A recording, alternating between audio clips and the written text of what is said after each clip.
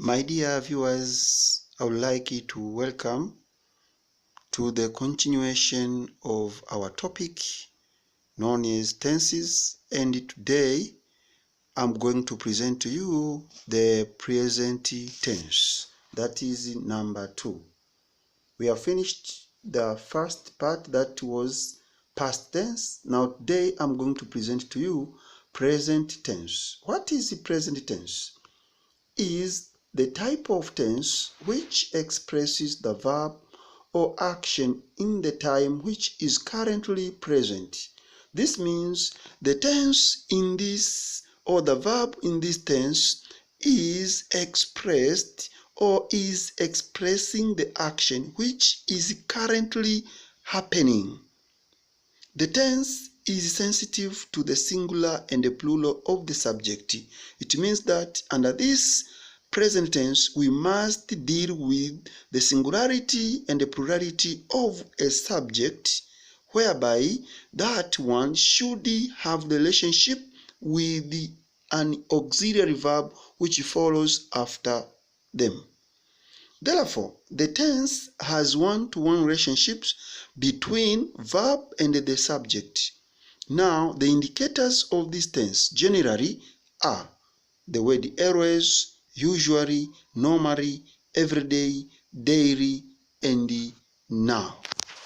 Let us see now the categories of present tense. We have 4 categories, that is A. Simple present tense, B. Present continuous tense, C. Present perfect tense, D. Present perfect continuous tense. We are going to discuss one category after another. Let us see now simple present tense. What is simple present tense? Is a tense shows the action or verb in present time. That means the action which is being presented here should be presented in a present time, in a time in which the action is taking place. The verb in this tense has the relationship with the subject in terms of the singular and the plural of the subject. A subject can be singular. When we say singular, we mean the pronoun like he, she, it. When we say plural, we mean pronoun like they, you, we, soldiers, boys, etc. Now let us see the singular nouns or pronouns with relation to the verb. We have he, she, it, boy. We plus verb with ies, es, and es. These 3 particles of words which should be added to a main verb, they have their own ways of attaching to a main verb. Now, for example, John goes to school.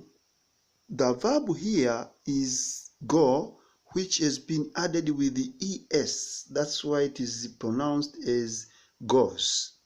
Number 2, she works always in the night.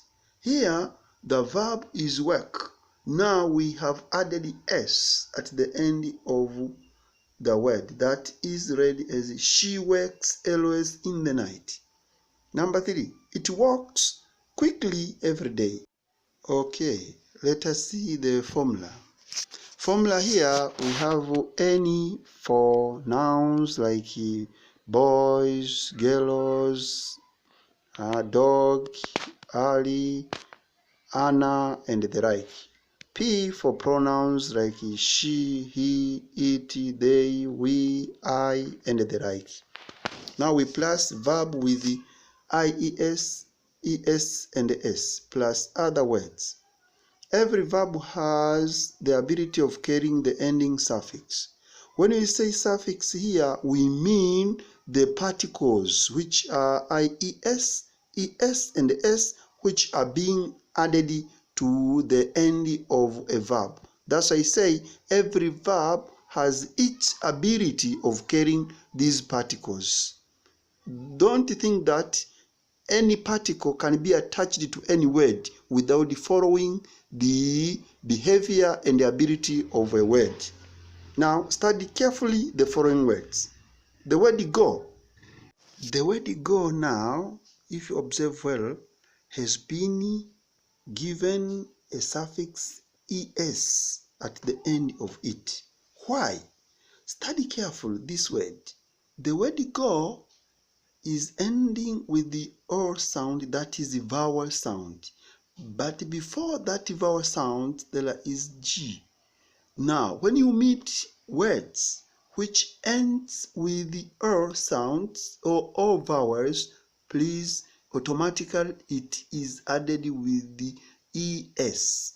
The same applies to the nouns like tomatoes, mangoes, potatoes, and the like. Let us see another example. Walk should be added or should be walks. Here we have added the word s or suffix s. Why? See the nature of the word. To the word walk, the ending sound is consonant sounds k, and before that sound k, it is being preceded with the sound l.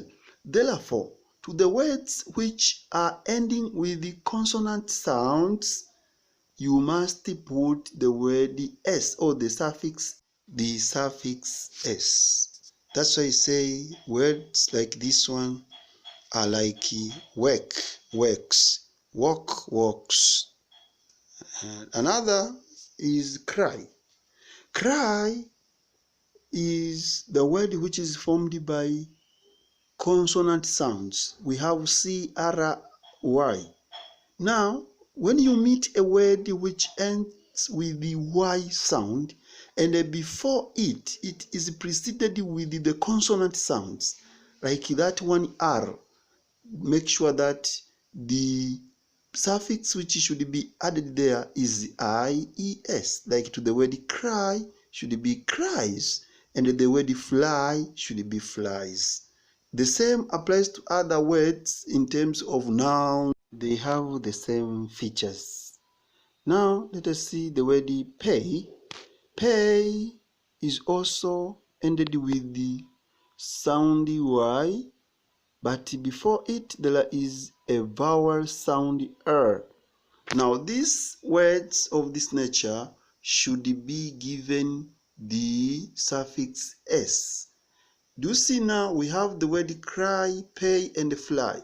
But all of them are ending with the Y sound. But see the difference between the word cry and the pay. The difference here is to the word pay, we put S, and the word cry, we remove Y, we add the IES. Let us now discuss the uses of simple present tense or functions of simple present tense. Simple present tense has the following functions. Number 1, to refer to actions and situations happened repeatedly. This means there are those actions which are normally being done every day. For example, people normally eat, people normally wash their body, people normally walk, and they do other actions. Now, those actions are normally done repeatedly, done by every person. Now, this tense is the one which can be used to express or to refer the actions and the situation happened repeatedly. Now, for example, we visit our parents every school holiday. It means these people were visiting their parents to every school holiday. When they close the school, they go to visit their parents. Now, another example, I greet my parents every morning. It is an action which is being done every morning. That's why I say this tense can be used to present the actions which is normally happening repeatedly. Number 2, to refer to the habitual actions. Habitual action means those actions which are relating to the behavior of a thing, a person, or anything else. For example, rivers flow into oceans.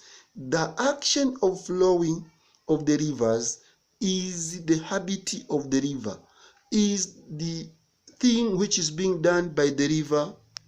Another example is magnets attract iron. The behavior of magnets is to attract every instrument which is having the iron material. Now, the action of attracting is a behavior of magnets. Another example, sun rises from east and sets in west. We know that the sun normally rises from east. That is normal. That is a behavior. And it sets in west. Function number 3, to describe things or to give the definition of something. Here now, when you want to define anything which you are being asked, you must use simple present tense. For example, development means the process of doing this and this and this. Corona refers to this and this and this. Poverty is a situation of this and this and this. Now, do you see from these 3 examples, development, we put the word means. Means is simple present tense. Corona refers is a simple present tense. Poverty is a situation, is a simple present tense. Now, from there, we say simple present tense can also be used to give the definition of something. Indicators of this tense are like the words always, usually, normally, etc. These indicators can be placed anywhere in a sentence. It can be at the beginning, middle, and at the end of the sentence. For example, always I go at school. The indicator always has been placed at the beginning of a sentence. I always go to school. The indicator always has been put at the middle or between words. And the last one, I go to school always, it has been put at the end. Now, Elena must understand that when you are given a question, please try to study well and observe if your question is carrying the indicator. Indicator will give you which type of verb or tense should be used there. Here is an exercise. You have to do this exercise. It has 2 questions with the different parts. The first question is, say the function of the verb which has been used here under the following sentence. Number 1, water freezes at 0 centigrade. Number 2, we always go to school. Number 3, corruption means a type of bribe. You have to identify the verb, then you say the function of it according to its uses. Number 2, compose 2 sentences. One should be in singular form and another plural form by using the following verbs. We have need, live, fly, come, and pray. You have to compose the 2 sentences from these verbs given. There we have 5 verbs. It means you are going to compose 10 sentences whereby one should be in singular and another one should be in plural form. Here is the contact. Send your work via my WhatsApp number, which is there. After that one, I shall mark your work and make you to get your feedback from your work. Thank you very much. Continue enjoying my lesson. Don't forget to comment, to give advice and whatever.